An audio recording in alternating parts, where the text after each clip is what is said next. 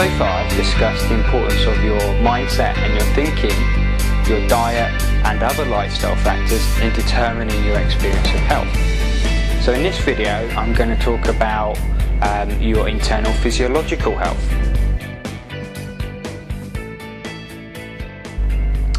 Now, by internal physiological health, what I'm referring to is the health and function of your body's main physiological systems. And I'm talking about here your nervous system, including your brain, your digestive system, your hormonal system, your immune system, and your detoxification system. Now, it's essentially these 5 systems, alongside your mindset and thinking, diet and lifestyle, that determine your experience of health.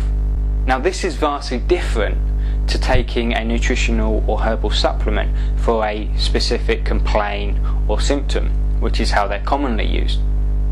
What we're looking to do here is have a precise effect on a specific system or organ that we know is out of balance and needs some kind of support.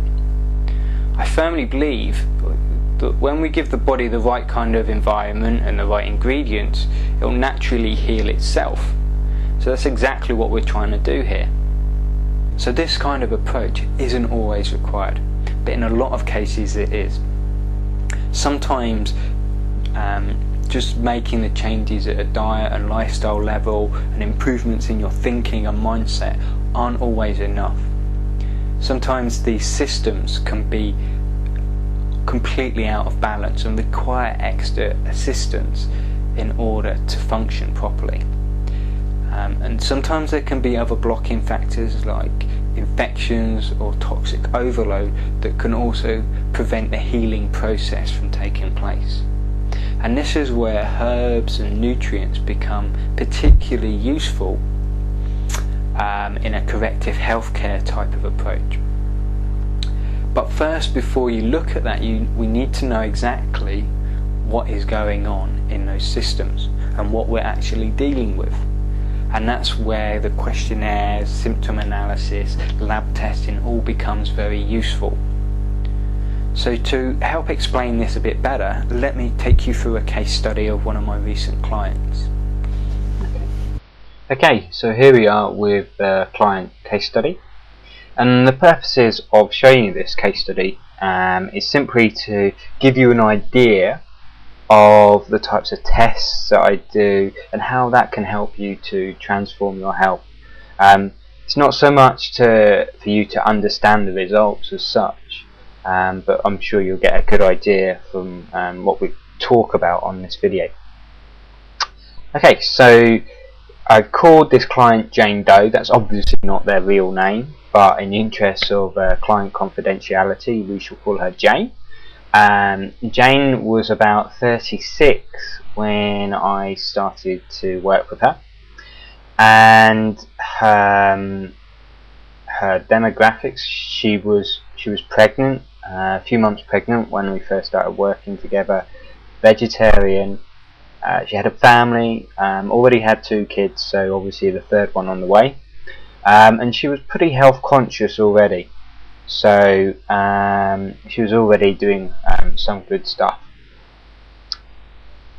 So some of her main complaints, at the time she had very low energy, something she hadn't experienced before. It was something that had come up very strongly for her during the pregnancy. She felt fine in the other pregnancies. That's very common. A lot of problems can arise, following pregnancy or during pregnancy because of the nutritional demands that pregnancy poses on the body. So her other complaints: very tired in the mornings. She suffered obviously PMS, obviously not during the pregnancy, but outside before and obviously after she was pregnant as well. Her mood especially became a big issue for her after her pregnancy. So that complaint wasn't necessarily there when we first started working, but it certainly became an issue following that.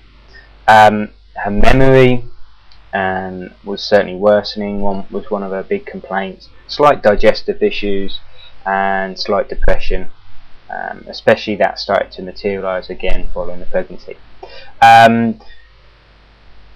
her main goals were to simply regain her energy and get back into shape after the pregnancy, and to obviously again following the pregnancy to improve on the PMS that she was experiencing. So one of the first things I did with her was to do some questionnaires and assessments to see where she was, what she had going on. And one of those involved taking lots of skin fold measurements. And the idea of that is not so much about identifying body fat, but more as a way of identifying what's going on hormonally, because you'll find your hormones determine where you actually store fat in the body.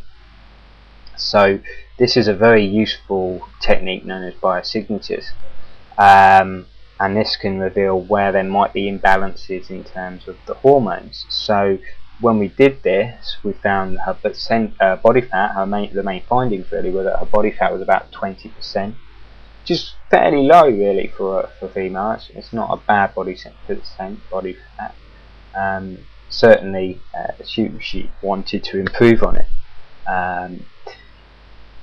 Estrogen dominance was clearly evident. Now when we look at some of these readings, at the bottom it says skin fold ratios. This is all calculated in terms of the relationship of the skin folds to one another, and one of the highest readings was shown to be the hamstrings, which is quite common for females. In fact, every female I've ever tested tends to come up with this as an estrogen dominance in the body, which may be estrogen dominance in relation to progesterone. So it might be excessively high estrogen, it might be that the progesterone is very low. Suprailiac and the subscap readings are mainly related to blood sugar levels, so and insulin, the hormone insulin, and so we knew that she had blood sugar issues from that, the results we saw there. And the other big one really was to do with stress hormone, high stress hormones, which is identified by the reading taking around the belly button area, the umbilicals. A quick point worth making is the suprailiac is actually just above the hips, well on the hips pretty much, and the subscap reading is actually taken where the shoulder blade, subscap meaning subscapular, which is the shoulder blade, so just below the shoulder blade. So following on from that, we did some testing to identify what foods were right for her. So before this we did some basic work on her diet and lifestyle, which was obviously established from the initial assessments. What we can see here is we did again another science called metabolic typing, which allows us to identify what type of foods are right for an individual. To learn a little bit more about that and the rationale behind all that, I have a video on YouTube about metabolic typing, so go and visit and watch that. You'll find that on my YouTube channel, which is at youtube.com/mattfarr, MATTFARR101. So check that out to understand a bit more about metabolic typing. Now the results came back really to tell us that she was, the type of metabolism that she had in her body, which determines what foods are right for her, was one that really required a high fat, high protein diet. You'll see on the ratios at the bottom there about 30% fat, 40% protein, and only 30% carbohydrate. Quite different to what most people's diet, or what most people perceive as a healthy diet. But this is, as per this testing, helps us identify which types of foods, what types of ratios she should be eating. Now the other real dilemma that Jane had was that most of this needed to come from animal proteins, and she was a vegetarian. So this proved a little bit of a challenge,